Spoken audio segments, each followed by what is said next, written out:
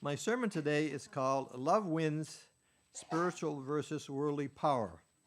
The story in Acts 16 through 40 is a struggle between spiritual versus worldly powers.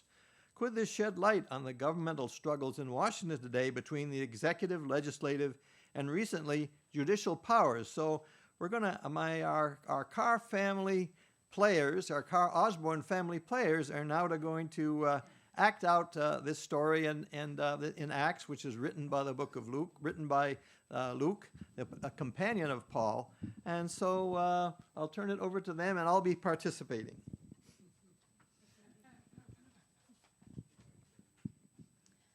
Step right up, ladies and gentlemen. We have a mysterious gypsy girl who can tell your future. Come right up, ma'am. Come up. My life is torn apart. I have no friends who really do what they say they will do to be with me. I'm upset. What's there to live for? Oh, I don't know what to do. I need help. Come. This gypsy girl will help you. She can tell the future. Oh. Do not be troubled, for the rest of your days will be filled with wealth and prosperity. Are you sure? I am sure. And that's it, and I feel wonderful. Do you see the sparkle in the moisture in the air? Look, I see smiles. There's a different world available to me now. Oh, I'm just so happy.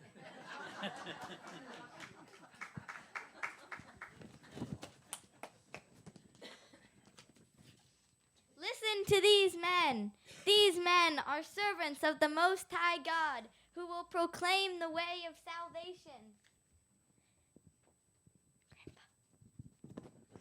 I command you in the name of Jesus Christ, evil spirits, come out of her.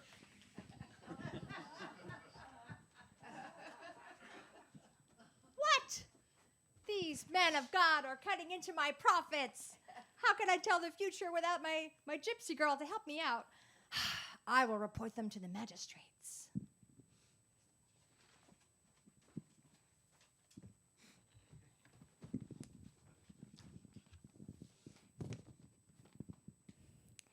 After her masters saw that their hope of profit was gone, they seized Paul and Silas and dragged them into the marketplace to the authorities. And they brought them to the magistrates and said, "These men are Jews, exceedingly trouble our city, and they teach customs which are not lawful for us, being Romans, to receive or observe." Then the multitude rose up together against them, and the magistrates tore off their clothes and commanded them to be beaten with rods. And when they had laid many stripes on them, they threw them into prison, commanding the jailer to keep them securely. Having received such a charge, he put them into the inner prison and fastened their feet in the stocks. But at midnight, Paul and Silas were praying and singing hymns to God, and the prisoners were listening to them. How great thou art, how great thou art. Suddenly, there was a great earthquake, so that the foundations of the prisons were shaken, and immediately all the doors were opened and everyone's chains were loosened. We're free.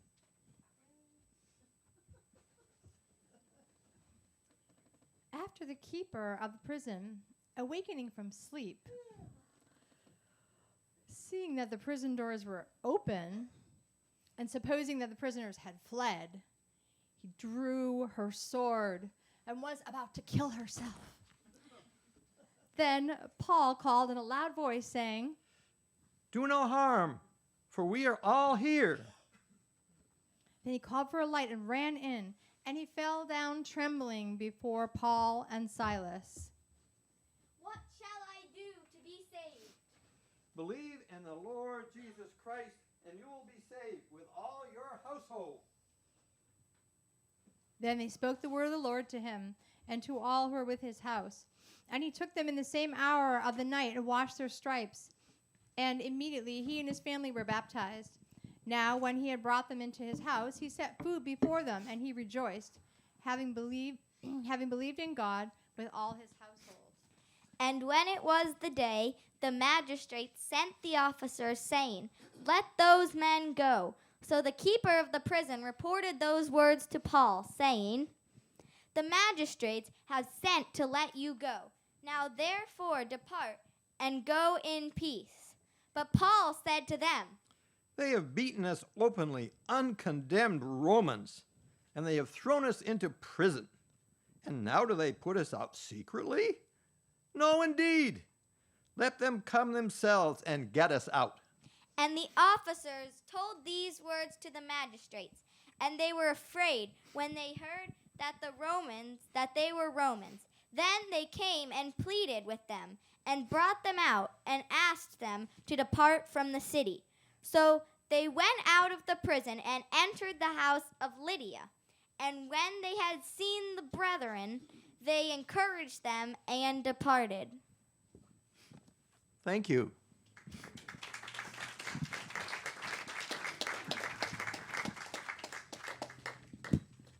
This story in Acts can be regarded as a struggle between spiritual versus worldly powers. The spiritual powers of the Apostle Paul were extortion and healing, casting out evil spirits, prayers and hymn singing, loving tolerance and forgiveness, and hope of freedom. This is in contrast to the worldly powers, which were militaristic, economic, racist, imprisonment, and death. The power of love is greater than the power of death, according to theologian Paul Tillich, and also Rob Bell, who recently wrote the book, Love Wins. We need strength to love, as Martin Luther King once wrote. Jesus taught us to love our enemies and not call them derogatory names. We are talking about the agape, sacrificial and parental love, as opposed to eros, or romantic and sexual love.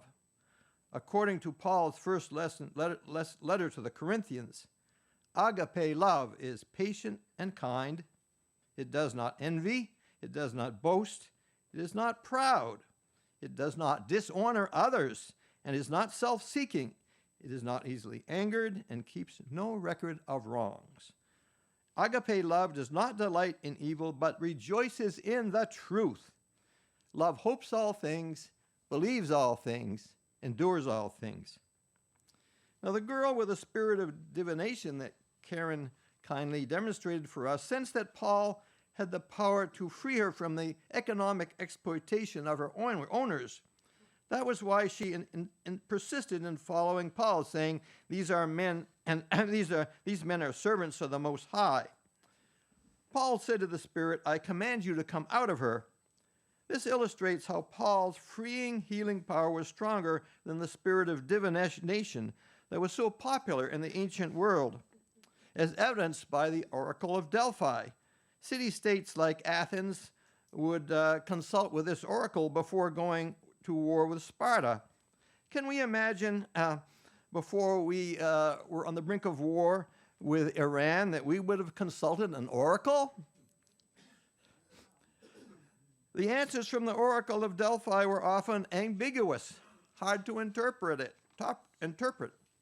The theologian Paul Tillich believed that the new state of things, or the new being, was the heart of Paul's message. The new state of things superseded outmoded oracles and fortune-telling as the embodiment of evil spirits, which Paul cast out. When the slave owners learned that they had in fact lost their economic power, they dragged Paul and Silas before the politically powerful magistrates that had made the racial accusation that Paul and Silas were Jews and who weren't honoring their customs, their lawful customs as Romans. In prison, Paul and Silas exercised their spiritual power. But at midnight, Paul and Silas were praying and singing hymns. And suddenly, there was a great earthquake, and the foundation of the prisons were shaken, and the prisoners were free. And the keeper of the prison recognized this And he was about to kill himself because he realized if the prisoners had escaped, as they had the opportunity to do, that he would have been dead meat. Now, I, as a scientist who prefer naturalistic, reproducible explanations, tend to regard an earthquake that freed the prisoners as literary metaphor. It is not impossible that it happened this way. However, I prefer to believe that Paul's charismatic spiritual power, communicated by singing hymns, encouraged the other prisoners to revolt. After all, they outnumbered the jailer. And we know from present history and my own personal experience, I've heard of prison revolts that have happened without earthquakes. Release from imprisonment, however, can have symbolic significance for us today.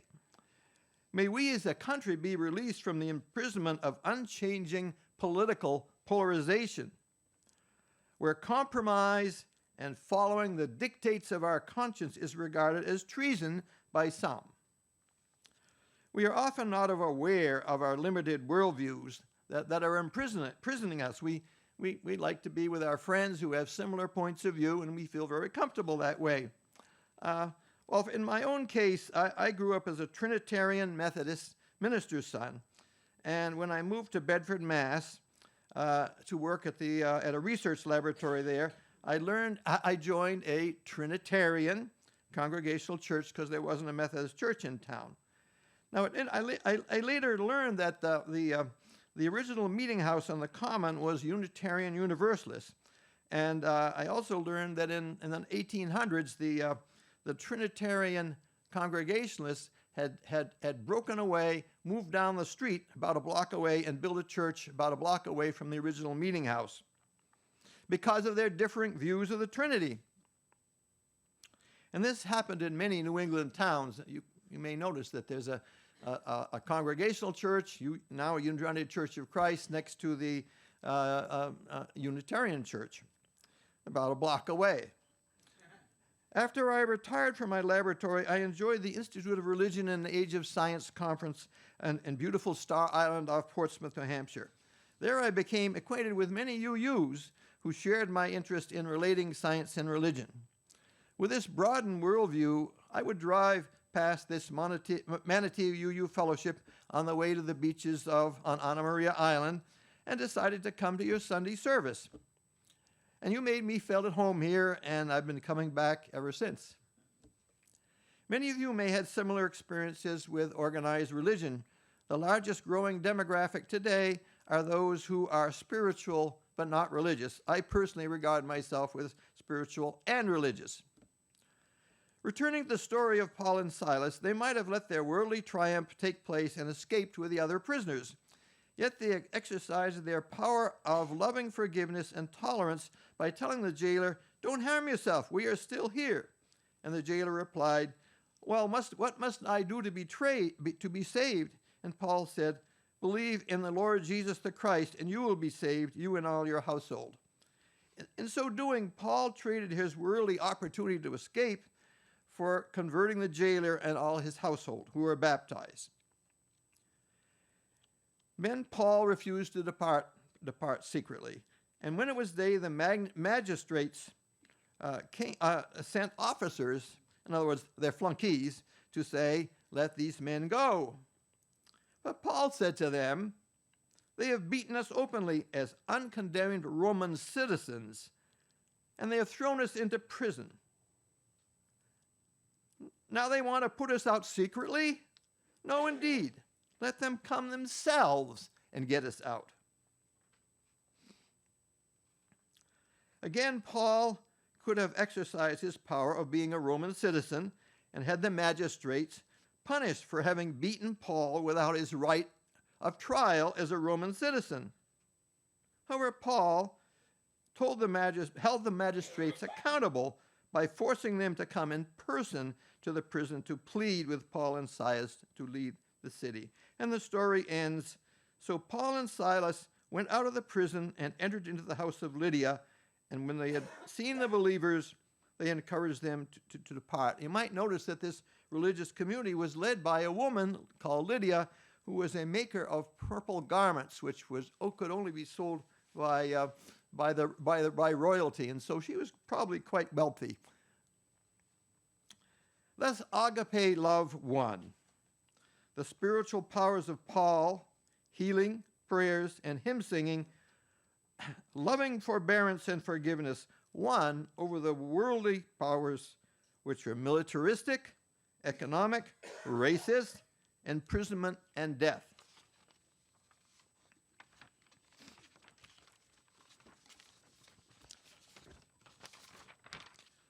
Paul enjoins us, make love our aim and earnestly desire the spiritual gifts. Paul had mastered the art of being assertive without the abuse of power. May we receive spiritual power in our fellowship as we sing our final hymn, God of grace and God of glory, on your people pour your power.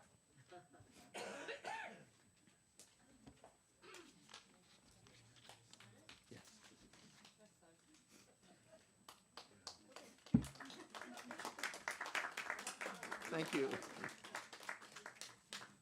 They have the, We guess we sing the final hymn now. no, it's not till, Well, we sing the hymn now, 115. No, we have these other things. Other things, Yeah. okay. Okay. We'll sing the hymn a little later. thank you, Paul.